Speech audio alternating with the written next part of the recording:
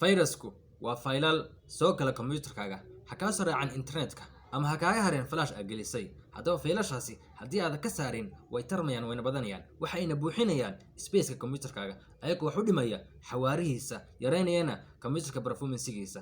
haddaba applicationada loo yaqaano antivirus waxay ka hortagaan faylasha aad u baahnayn inay soo galaan kombiyuutarkaaga. hadday soo galaana waxay ku dadaalaan inay ka dhaliidaan faylashaas. haddaba maanta waxaa ku tusayaa sidii aad u jeeggarin lahayd in kombiyuutarkaaga uu ku jiro virus, haddii ku jirana aad uga saari lahayd. magacaygu waa Axmed Chad, channelka aad daawanaysana waa Somtech. waxaan kaa codsanayaa inaad subscribe saadhid. haddaba let's go to computer and I show you how to do it manually. Okay, soo dhawaada mar labaad. waxaan ka bilaabaynaa window, calaamada windowga keyboardka ayaan isticmaalaynaa calaamada windowga iyo waxaa isla qabanaysaa plus R. okay, window plus R. window plus R marka isla qabatid waxaa noo soo furmaya khaanadan oo loo yaqaano run. okay, marka waxaad ku qoraysaa tem oo ah temporary. okay, tem baa ku qoraysaa. faylasha aad u baahnayn waa temporary, computerka ay soo geliyaan ayagaa buuxinaya. marka faylashan hadda arkisid waa virus, waa fayla aad u baahnayn oo temporary computerkaaga ku ah, ma garata.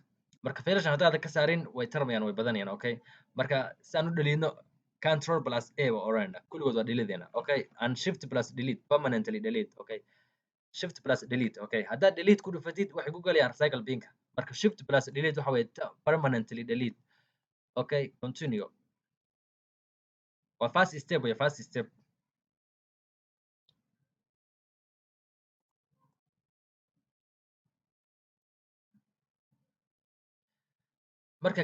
marka la wada dhalido kulligood second step u gudbayna. okay, first step waxa weeyaan temporary files.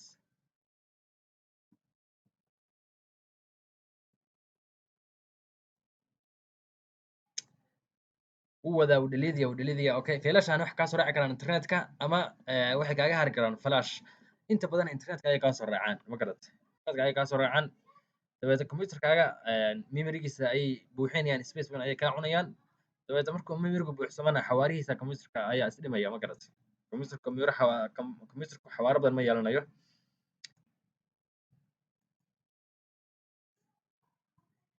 okay, it's deleted. okay, step kalaad waxa weeyaan meesha ku laabanayna meeshii. okay, window plus R, window key plus R, window key plus R.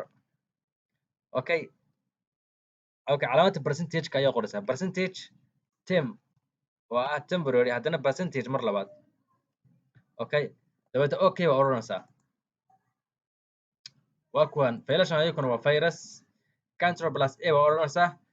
dabeetna shift plus delete. okay, shift plus delete. delete keliya ha oran, shift plus delete permanently u baxayaan markaas permanently. okay, haddii kale haddaad delete ku dhufatid si ku meel gaar ayay u baxayaan, recycle binka ku gelayaan. ayakana waa sugaynaa, they are going to finish. okay, continue, try again, skip.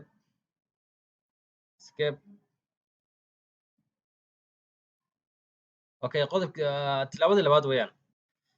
tilaabada saddexaad waa tii ugu dambeysayna waa u gudbayna hadda marka haddaan dhamayno. when we gonna finish this one we shall move for the third step, and the third step will be the last. You have seen 1518 items from temp are deleted. okay, 93% are done. tilaabada saddexaad waxa weeyaan window plus R, meesha ku laabanna. dabeetna waxaan halka waxa ku qorayaa prefetch prefetch.